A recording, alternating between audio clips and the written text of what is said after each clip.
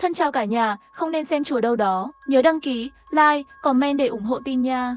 Thảm họa xác sống bùng nổ, ngày tận thế thực sự đã đến. Tất cả công dân được yêu cầu tuân theo thiết quân luật, tích trữ lương thực, ở yên trong nhà, không liên lạc với thế giới bên ngoài. Một tuần trước khi thảm họa xác sống xảy ra, tôi đã chịu đựng cái nóng 43 độ, làm tình nguyện viên dưới khu chung cư, phát trứng gà cho người già cô đơn. Trời nóng như vậy mà vẫn có người đến nhận trứng. Tôi cúi đầu, không ngừng đưa trứng vào những đôi tay chìa ra. Bỗng nhiên, một đôi tay thối rữa từ từ vươn tới trước mặt tôi. Tôi thậm chí có thể thấy những con bọ di chuyển trên tay đó. Tôi ngẩng đầu lên, sợ đến mức lùi lại. Tôi giận vì giống như trong trên tàu bi sân vậy. Tôi sợ đến mức mặt mày tái mét, chạy vào thang máy nhanh nhất có thể. Ngay khi cửa thang máy đóng lại, một bàn tay đầy máu bị kẹt lại. Linh hồn trẻ nhỏ của tôi bị hoảng loạn. Trời ơi, tha cho tôi đi, tôi vẫn chỉ là một đứa trẻ trong sự chăm sóc của đất nước. Tôi mở cửa, chạy vào và nhanh chóng khóa lại. Nhưng lũ xác sống không đuổi kịp tôi. Hai chân tôi mềm nhũn, ngồi thụp xuống đất. Hai tay tôi chắp lại, mồm niệm đi niệm lại. Phú cường, dân chủ, văn minh, hòa hợp, công lý, pháp trị, tín nhiệm, thân thiện. Đừng bắt tôi, xác sống ơi, lùi lại rồi. Nghe thấy tiếng động, tôi nhảy lên, là ba tôi. Tôi sợ đến quên mất, vội vàng chạy đến bên ba tôi, bảo ông đem ghế chắn cửa, càng nhiều càng tốt. Ba tôi mặt ngơ ngác hỏi, con bị nóng đâu hả? Tôi run rẩy nói với ba, bố ra ban công đi. Con gái bố vừa khó khăn lắm mới thoát được mạng sống. Ông nhìn tôi như nhìn một kẻ điên. Chưa kịp ra ban công, đã nghe thấy bà dì dưới nhà gọi bằng loa, kêu cô gái phát trứng gà lúc nãy xuống. Nghe thấy loa, mau xuống dưới. Trứng gà vẫn chưa phát hết. Loa lại phát một lần nữa, cô gái phát trứng gà lúc nãy xuống. Nghe thấy loa, mau xuống dưới. Trứng gà vẫn chưa phát hết. Ba tôi quay đầu nhìn tôi cũng sững sờ. Cảnh tượng lúc này rất khó xử. Vừa rồi là cái gì vậy? Phim khoa học viễn tưởng sao? Hollywood ở ngay cửa nhà tôi rồi. Bà dì khu nhà vẫn đang dùng loa để gọi. Tôi vẫn không thể tin được. Cầm dao vào cửa sổ. Dưới tầng, mọi thứ bình yên. Những người già cô đơn chưa nhận được trứng gà đã bắt đầu mất kiên nhẫn. Họ đồng thanh la lên, nhanh lên, xuống phát trứng gà đi. Nhanh lên, xuống phát trứng gà đi.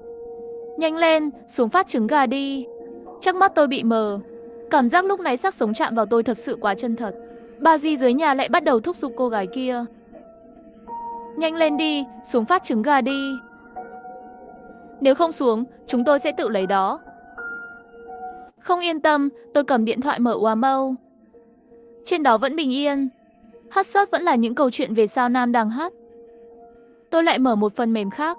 Lướt một lúc, không có gì xảy ra. Cái gì vậy? Liệu tôi có bị nóng quá rồi không? Chắc tại xem phim xác sống nhiều quá nên bị loạn đầu. Tôi là sinh viên năm cuối, chán học, ở nhà buông xuôi, mê phim xác sống, kiểu như trên tàu Bison. Với những bộ phim nổi tiếng tôi đều xem hết, thường xuyên sợ đến mức nhắm mắt lại ôm con búp bê yêu thích. Chưa lâu sau, tôi ngượng ngùng đi xuống đến điểm phát trứng.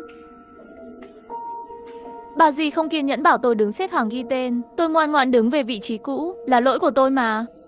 Bà dì có nói gì tôi cũng chịu. Ai ngờ bà dì lại nói với người bên cạnh, con bé này chỉ có vẻ ngoài xinh đẹp thôi, mà não thì không hoạt động được. Tôi rút lại lời nói lúc trước. Vừa phát xong mấy quả trứng trước mặt, một tình nguyện viên bên cạnh đột nhiên ghé vào tai tôi, giọng nhỏ, cậu thấy chưa? Thấy cái gì? Tôi nhanh chóng suy nghĩ, ánh mắt tôi chăm chú. Nhìn người tình nguyện viên. Nhìn thấy mẹ cậu ấy à? Cậu ấy khá đẹp, cao khoảng 1m8 em. Tôi thích. Tôi vội vàng gõ đầu mình. Không được nghĩ linh tinh. Không được mơ mộng về xác sống nữa. Cứ nghĩ đến xác sống cắn mình. Bây giờ lại nghĩ đến anh chàng đẹp trai bắt chuyện. Chắc tôi bị điên rồi. Đột nhiên lại nhớ đến xác sống. Tôi từ từ đi về phía anh ấy. Đôi mắt đối diện nhau cù à. Chúng tôi kết nối. Anh ấy gật đầu. Tôi đứng sững lại. Anh ấy cũng đã thấy. Chắc không phải cả hai chúng tôi đều bị mù. Quả nhiên không phải tưởng tượng của tôi. Vậy sao bây giờ chẳng có chuyện gì xảy ra?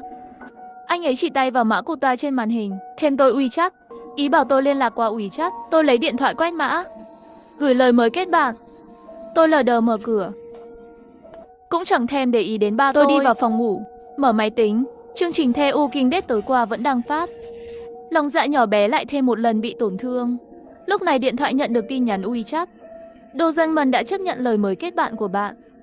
Bây giờ các bạn có thể bắt đầu trò chuyện. Chào bạn, tôi là Lý Sưởng. Tôi nhấn vào khung nhập và gõ loạn lên chào bạn. Tôi tên là Không Sợ Hãi.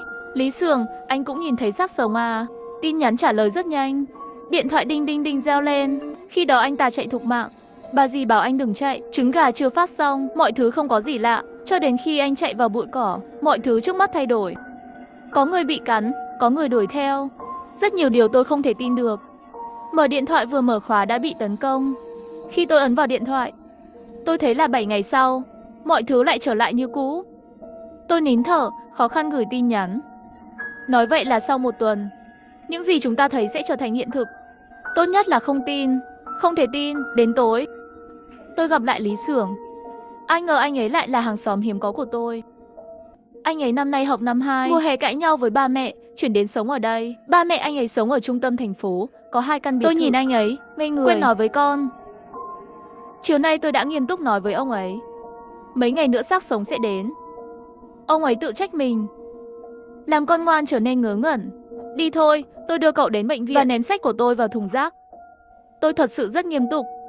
Nhưng ông ấy không tin. Tôi nhìn thấy anh chàng hàng xóm đẹp trai đột nhiên nói: Này cậu em, chúng ta phải sống sót.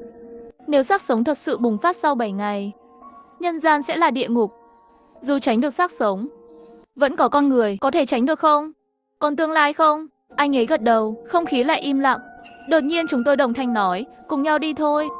Chúng tôi nhìn nhau và cười, tóm tắt lại tình hình của nhau.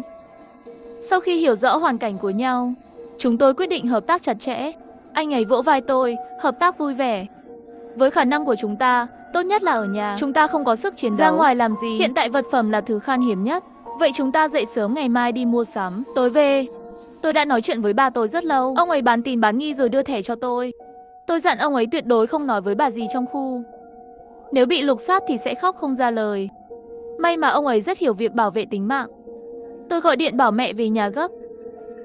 Mấy ngày trước mẹ và các bạn gái đi nghỉ mát.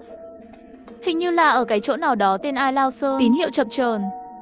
Tôi hét lên: Mẹ ơi, con gái mẹ bị say nắng rồi, tình hình rất nguy cấp. Ba không ở nhà à? Cái lão đầu cũng say nắng rồi. Vậy mai mẹ về. Sau khi xong việc với ba mẹ, tôi gửi một tin nhắn vào nhóm gia đình. Các bác, cô chú, các anh chị, gần đây dịch bệnh có dấu hiệu tái phát. Lời nhắc quan trọng, tích trữ vật phẩm, hạn chế ra ngoài. Sáng sớm, vào đúng giờ hẹn, tôi đến gõ cửa nhà Lý Sưởng, chuẩn bị đi mua sắm vật phẩm. Đột nhiên nhận được tin nhắn từ anh ấy, hầm gửi xe. Rồi tôi thấy 2 chiếc SUV lớn. Thậm chí còn có một chiếc xe nhà di động. Thế giới của người giàu tôi không hiểu nổi. Tôi là người ngoài cuộc, nhưng mà xe nhà di động chạy kiểu gì vậy? Anh ấy không thèm để ý, nói: Đừng ngại, tôi tiện thể lấy 2 chiếc xe. Cần gì cứ gọi tôi. Nếu không phải tôi cãi nhau với ba mẹ. Lý Sưởng thở không nổi. Phải gọi họ đến, vì tối qua mới hòa lại. Có một đứa em trai thật tốt, vừa đẹp trai lại nhiều tiền. Ba tôi lớn tuổi, có vài việc không làm được. Vì vậy tôi dặn anh ấy tìm thợ ở xa nhà. Đổi kính cửa sổ thành kính chống vỡ cứng nhất. Lắp cửa sổ chống trộm, gia cố cửa, thay thành cửa chống nổ. Sử dụng tủ an toàn có độ bảo mật cao. Thợ sửa chữa cài mã số nhìn ngơ ngác, tôi không làm. Các người đừng làm dối nữa. Ba tôi lập tức ra tay, sử dụng vũ khí sát thủ. Giá tiền gấp đôi, thợ sửa vui vẻ làm việc. Ba tôi có 3 câu nói, nhà Lý Sưởng là nhà cải tạo cao cấp. Không sửa cũng không sao. Lý Sưởng và tôi lái xúc đi chợ bán buôn. Chúng tôi nói với chủ cửa hàng, chúng tôi mở siêu thị, đến đây lấy hàng. Chủ cửa hàng không nghi ngờ gì, chỉ cần có tiền, mua về làm gì cũng được. Chúng tôi mua 30 bao gạo. Chủ cửa hàng cười tươi bảo sẽ giao hàng tận nơi. Lý Sưởng và tôi nhìn nhau, không cần đâu ạ. Chúng tôi tự có xe mà. Không cần khách sáo. Tổng cộng chúng tôi mua 30 kg 30 bao dầu ăn 5 lít, 20 thùng. Nước mắm, giấm mỗi loại 2 thùng. Chủ cửa hàng cười không khép miệng được. Tất cả đều là những người bình thường đang nỗ lực sinh tồn. Tôi bảo gần đây nhiệt độ cao liên tục, cũng nên tích trữ ít đồ. Ai mà biết dịch bệnh sẽ bùng phát lúc nào. Chủ cửa hàng vẫy tay, cảm ơn lòng tốt của cô. Không sao đâu, sẽ không đâu. Ngay lúc đó, tôi cảm thấy mình không thể làm gì hơn. Ngày tận thế sắp đến, tôi không thể để lòng tốt tràn đầy. Điều đó sẽ hại đến gia đình Lý Sưởng và tôi. Chúng tôi thanh toán xong và mang đồ lên xe. Tôi bực bội nói, lẽ ra nên thuê 2 xe, đồ ít quá. Vì vậy, tôi vội vã chuyển đồ vào hầm xe dưới đất. Từ từ mang từng món lên, tránh gây sự chú ý. Sau đó, mỗi người lái một chiếc SUV, đi qua vài chợ bán buôn, chạy vài vòng, mua 100 thùng nước khoáng. 30 thùng trứng, mỗi thùng 30 quả. 30 thùng sữa. 100 thùng mì gói. 100 thùng mì bò kho. 100 thùng bánh mì nướng. 100 thùng đồ ăn nhanh. Khi màn đêm gần buông xuống, chúng tôi lại mang đồ về hầm xe dưới đất. Hôm nay là thứ hai, dân cư trong khu ít, mẹ tôi đã về. Mẹ nhìn tôi, mẹ nói tôi và ba tôi mang đồ về nhà. Không phải là mẹ lo lắng sao? Mẹ ơi, các mẹ đang làm gì vậy? Thời gian khẩn cấp, tôi vội vàng thu thập chai thuốc đã cũ và chứng cứ. Mẹ tôi đã tin tôi và chúng tôi bắt đầu thảo luận về kế hoạch. Đột nhiên có người gõ cửa, ôi trời, chắc là mẹ của Lý Xưởng rồi. Thật xin lỗi quá, chúng tôi đến muộn. Một cô dì trẻ đẹp dắt tay chồng mình bước vào nhà tôi. Mẹ tôi liếc mắt một cái, không khỏi nghĩ con lại gây chuyện gì rồi. Mẹ tôi cười ha ha nói, lại gây rối rồi hả? Con về là lại nghịch. Mẹ tôi cười ha ha nói, bạn thân của mẹ đến giờ vẫn chưa yêu ai. Làm gì có vợ nào? Chắc là nhận nhầm rồi. Lý Xưởng che miệng, đứng bên cạnh, mặt đỏ bừng, bất lực nhìn cặp vợ chồng kia. Mẹ đừng có nói linh tinh, hóa ra là vợ à? Xinh đẹp thật đấy, thích à? Tôi vội vàng ra hiệu cho Lý Xưởng, cười tươi, mời cha mẹ Lý Xưởng ngồi xuống ghế sofa, giải thích cho họ về tình hình hiện tại. Dì à, tình hình là thế này, tôi và Lý Xưởng, phần này tôi sẽ bỏ qua. Tôi háo hức nhìn dì Lý, chuẩn bị đón nhận câu hỏi của họ. Ôi, chồng à, anh có nghe thấy không? Sambi à, em bắt anh phải xem bộ phim này cùng em. Những nhân vật trong phim có khuôn mặt trong sáng, dễ thương kiểu đó, thật kích thích. Lý Xưởng vội vàng bịt miệng mẹ mình lại. Mẹ ơi, đừng nói nữa, chú Lý xin lỗi. Chú Lý, mẹ tôi như một đứa trẻ, thích chơi đùa, chúng tôi đều chiều theo bà. Tôi bối rối, gia đình này là loài gì vậy? Sambi mà cũng có thể cười được, nhìn chồng người ta mà xem. Rồi nhìn lại anh, bố tôi cảm thấy ngượng ngùng. Chưa xảy ra chuyện thì không được tuyên truyền. Thời gian cấp bách, chúng ta phải tranh thủ.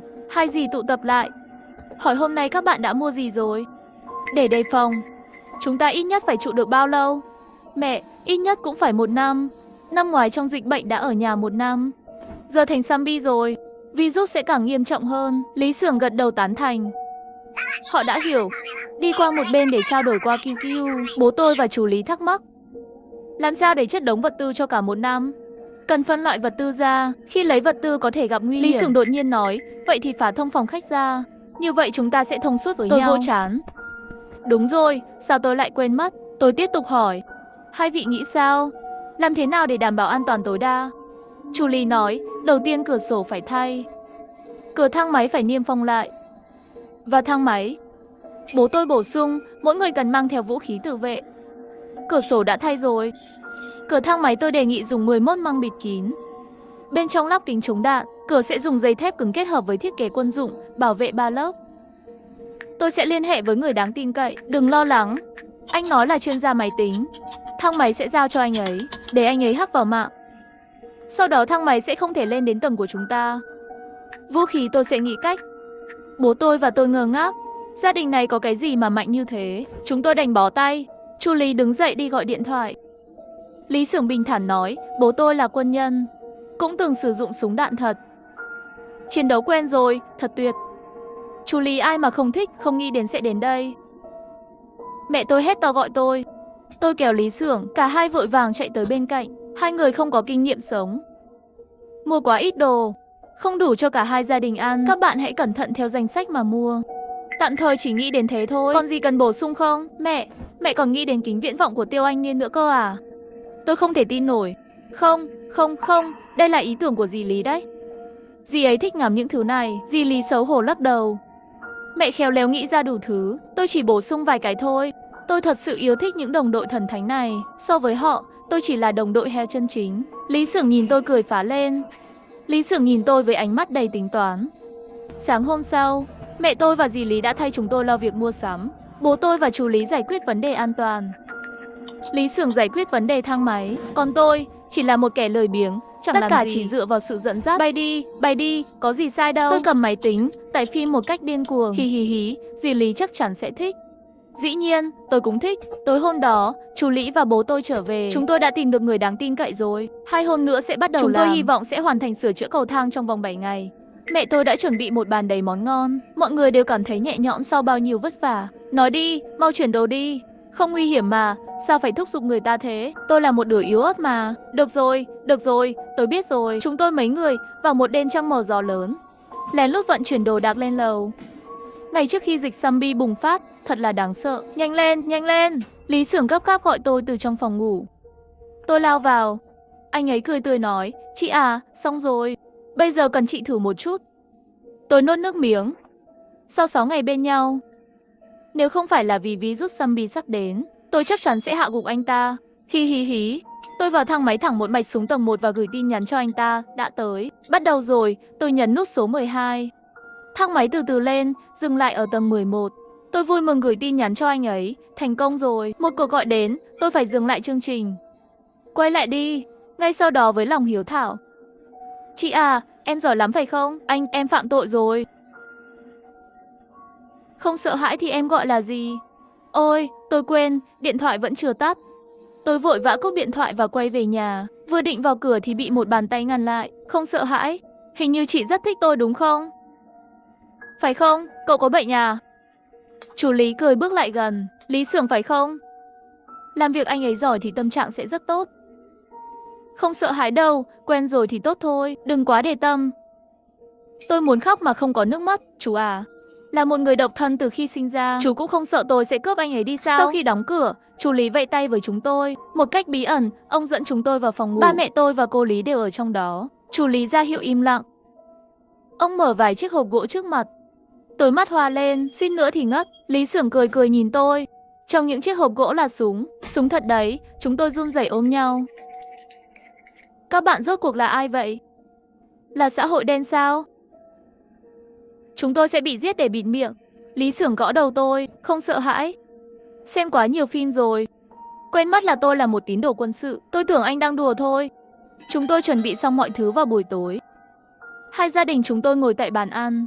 Những món ăn trên bàn vẫn tỏa hơi nóng. Mọi người đặc biệt im lặng. Không ai động đũa. Đây là đêm cuối cùng trước khi virus zombie bùng phát. Tôi mất ngủ. Lý Xưởng gửi tin nhắn, đừng sợ, tôi ở đây. Một tiếng kêu sắc nhọn cắt ngang bầu trời. Những tiếng hét thảm thiết từ cao súng thấp vang vọng vào tai. Mọi người vội vã chạy ra phòng khách, cẩn thận kéo rèm cửa và nhìn ra ngoài. Dưới tầng đã bị máu văng khắp nơi. Từ xa, trên con phố có khói đen bốc lên dày đặc. Chẳng mấy chốc, toàn khu nhà đã đầy zombie đang lang thang. Mọi chuyện thật sự xảy ra ngay trước mắt. Lòng kiên cường và lạc quan của tôi đột nhiên sụp đổ. Những ngày mệt mỏi khiến tôi ngất đi.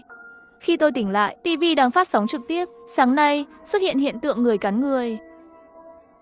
Hiện nay đã lan rộng ra nhiều thành phố. Xin mọi người hạn chế ra ngoài. Hãy cách ly tại nhà. Màn hình TV đột ngột tối đen. Chúng tôi cầm điện thoại lên và thấy Weibo đã nổ ra nhiều tin nóng. Hiện tượng người cắn người. Các chuyên gia khuyên cách ly tại nhà. Virus zombie, tín hiệu bị gián đoạn. Bỗng nhiên xuất hiện một bức ảnh đáng sợ. Tôi hoảng sợ đến mức ném điện thoại ra ngoài. Lý Xưởng ôm tôi vào lòng, đừng sợ. Chúng ta sẽ luôn bên nhau. Tôi run rẩy, mồ hôi lạnh vã ra. Những ngày tiếp theo chúng tôi đều rất im lặng. Tín hiệu TV lúc có lúc không. Xin đừng lo lắng. Tình hình sẽ sớm ổn định. Xin mọi người yên tâm. Sau đó, một thông báo chính thức được phát. Một loại virus hiếm gặp đã bùng phát. Xin mọi người giảm thiểu ra ngoài. Tích trữ đủ đồ. Ngày thứ 7 của virus zombie bùng phát. Rèm cửa ban công nhà tôi được kéo chặt. Hiện tại vẫn chưa cúp nước cúp điện. Tôi bị sốt cao. Lý Xưởng nhận ra tôi không ổn, đừng lo. Chị bị sốt rồi. Bố mẹ tôi hoảng hốt vô cùng. Nhiệt độ cơ thể hạ xuống 39 độ. Tôi cảm thấy có lỗi vì đã làm phiền mọi người. Nhưng Lý Xưởng lại nói, đừng lo. Chị đã rất dũng cảm rồi. Cơn sốt kéo dài 3 ngày, đứt quãng, mạng lưới lúc có lúc không. Nước và điện vẫn chưa bị cắt. Nhiều người đang cầu cứu vật tư. Cầu cứu vật tư, con nhà tôi bị bệnh rồi. Cầu cứu vật tư, giá cả bạn quyết. Cầu cứu vật tư, tôi sẵn sàng làm mọi việc. Trên TV đang báo cáo tình hình hôm nay.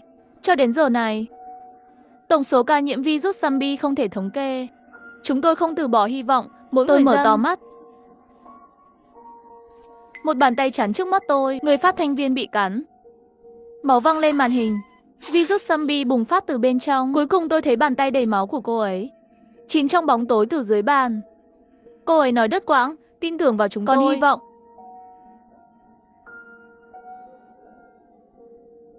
Còn hy vọng. Âm thanh nhai thịt lẫn vào tiếng xé rách không thể phân biệt. Tiếng rên rỉ đau đớn của người phát thanh viên vang vọng. Tôi không thể kiềm chế được khóc nức nở. Tôi vẫn tin rằng còn hy vọng. Từ ngày hôm đó, chỉ còn tín hiệu từ nền tảng. Tôi như được tiếp thêm sinh lực, cảm thấy phấn chấn. Mọi người nhìn tôi và thấy tôi vui lên. Tất cả đều thở phào nhẹ nhõm. Tôi ôm mọi người. Cảm ơn các bạn. Có các bạn ở đây, tôi không sợ. Chúng tôi vẫn kiên trì vượt qua 10 ngày khó khăn nhất. Ban ngày chúng tôi xem phim. Tôi đến tụ họp lại, trò chuyện nhỏ. Không biết tình hình ngoài kia thế nào, không dám sống bình thường. Con chỉ ăn mì tôm và đồ ăn vặt. Chúng tôi theo dõi sát sao, tìm hiểu tình hình khu dân cư. Lỗ nhỏ thứ 10 có 2 hộ gia đình. Lỗ nhỏ thứ 2 có 5 hộ gia đình. Lỗ nhỏ thứ 6 có 1 hộ gia đình. Tất nhiên, không thể chắc chắn mọi người đã biết như chúng tôi. Nếu những người trốn trong nhà không muốn chết đói, họ sẽ sớm phải đi tìm vật tư. Quả thật vào ban đêm, một cặp vợ chồng lén lút đi xuống dưới. Người chồng vừa lên xe, thì vợ anh ta bị một bàn tay trắng nắm lấy. Ngay lập tức, một vài con zombie lao đến. Chồng ơi, cứu em. Lý Xưởng thì thầm vào tai tôi. Cá cực đi, chị đoán xem anh ta có cứu không? Không cứu. Ngay trong giây tiếp theo, người chồng khởi động xe và lao ra khỏi khu dân cư. Tại sao không cứu tôi? Tôi đã từng gặp gia đình đó. Họ có một cô gái dễ thương. Cô bé ngọt ngào gọi tôi là chị đẹp. Nhưng dưới sự thờ ơ, tôi có thể hiểu được hành động của người đàn ông đó. Không biết anh ta có quay lại không? Hôm nay là ngày thứ 31 của sự bùng phát virus zombie. Ánh sáng mặt trời khá tốt. Chúng tôi hầu như có thể sử dụng điện. Thật may mắn là chúng tôi vẫn còn sống. Tôi đến, mọi người đã nghỉ ngơi. Tôi thay phiên quan sát tình hình khu dân cư. Gần đây trong khu không có ai hoạt động. Tôi ngáp một cái chuẩn bị quay lại phòng nghỉ ngơi. Nhưng tôi thấy một người đi ra ngoài dưới tầng. Anh ta đội mũ bảo hiểm và cầm 2 con dao. Không may, anh ta vấp ngã. Mũ bảo hiểm lăn ra xa. Zombie nghe thấy tiếng lập tức lao tới. Người đàn ông đứng dậy và bắt đầu chiến đấu. Máu đen xám văng đầy người. Đó là người cha. Tim tôi như nhảy lên tận cổ họng. Anh ấy đang tự tìm cái chết à? Anh ta chiến đấu suốt con đường và chạy về phía tòa nhà của chúng tôi. Anh ta biết kho hàng của chúng tôi. Liệu đêm đó chúng tôi có bị lộ không? Tôi bỗng rùng mình. Trong đầu tôi chợt lóe lên một suy nghĩ. Tôi biết rồi. Anh ta là bảo vệ ở cổng khu dân cư. Anh ấy có thể xem được tất cả các camera giám sát. Anh ấy thấy chúng tôi vận chuyển vật tư. Đến hôm nay mới hành động. Tôi tự nhắc nhở bản thân. Hệ thống phòng thủ trong nhà rất an toàn. Sẽ không có vấn đề gì. Tôi ngay lập tức thông báo cho họ. Tuy nhiên, tầng 1 không có người. Anh ta đập vỡ kính để thu hút sự chú ý của zombie. Những con zombie đen ngòm tràn vào tòa nhà của chúng tôi. Hình bóng người đàn ông biến mất khỏi tầm mắt của tôi. Không khí đầy ắp tiếng zombie. Cả gia đình nín thở. Lý Xưởng nhìn vào màn hình máy tính. Những con số đang tăng lên. Anh ta vào thang máy rồi. 1, 2, 3 40. Số 11 dừng lại. Ngoài cửa dưới vọng lên tiếng đập cửa. Cứ một tiếng lại một tiếng. Bang. Đó là tiếng cửa đập mạnh vào tường. Ngay sau đó, có tiếng bước chân vang lên lạch cạch đi về phía ban công. Anh ta định leo lên trực tiếp từ đó.